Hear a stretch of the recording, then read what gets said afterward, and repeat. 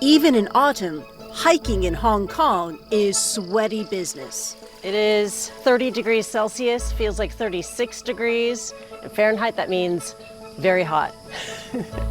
It's only 10 a.m. and already 80% humidity deep in the hills to the east of the city center.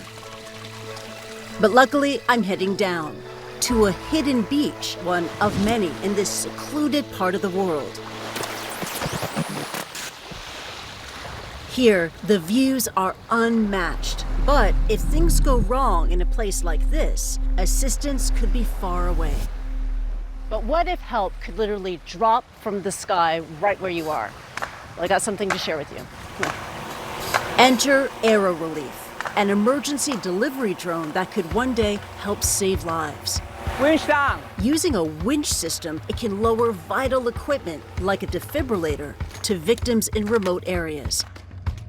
These university students, led by Jimmy Wu, are the brains behind this tech.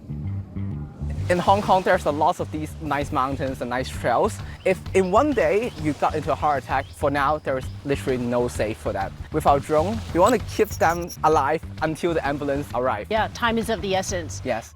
Make sure that there's no loose screws. Today, the team are testing its limits, Clear. flying to a beach for the first time. 2 meters. Drone, go to your right, your right. Jimmy leads the mission from the shore. Keep going, lower your altitude. But it's not going to plan. Go forward, go forward. Now descend, descend, slowly.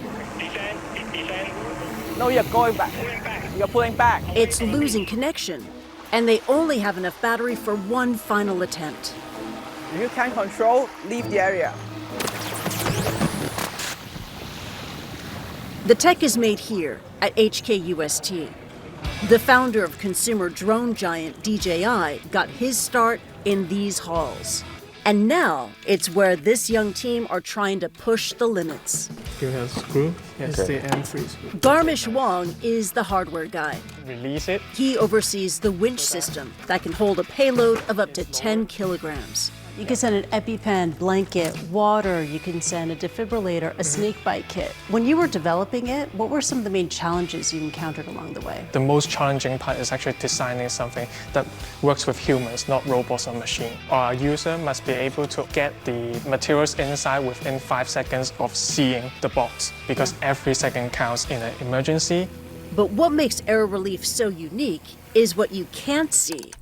Along with the hardware, they've developed an AI-driven dispatch platform to work with emergency services. The critical part about Aerorelief is how can we actually automate the process of delivering time-critical resources to those victims in need.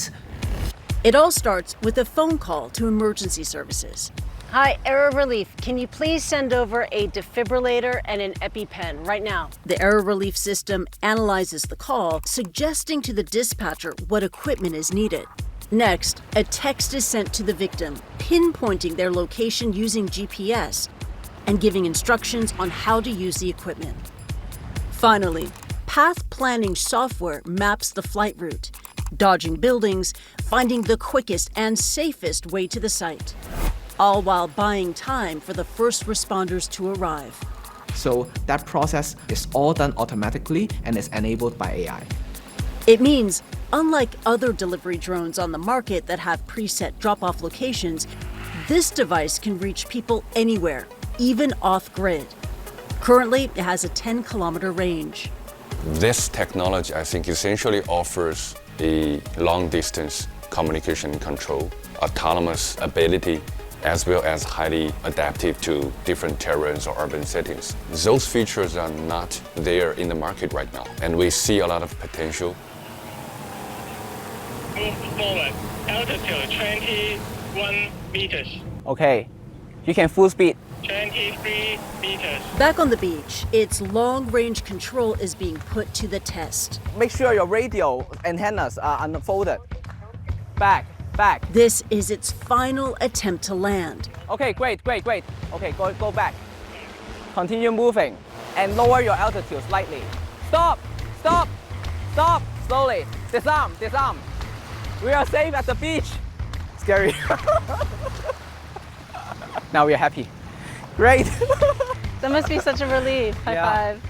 Good job, good job, good Thanks. job.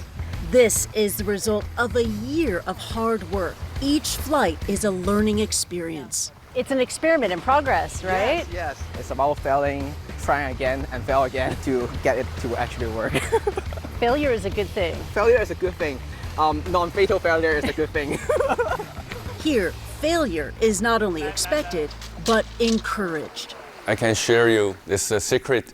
It's like we have been failed lots and lots of times. We iterate over our designs, and failures gives us data, gives us hints, gives us experience to make it better. Return to launch flight mode. The team hope to one day work with first responders to see their ideas fully take flight.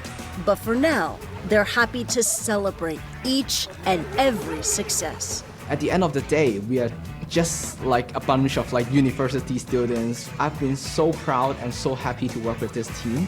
And other than just being really good like teammates, I think they are also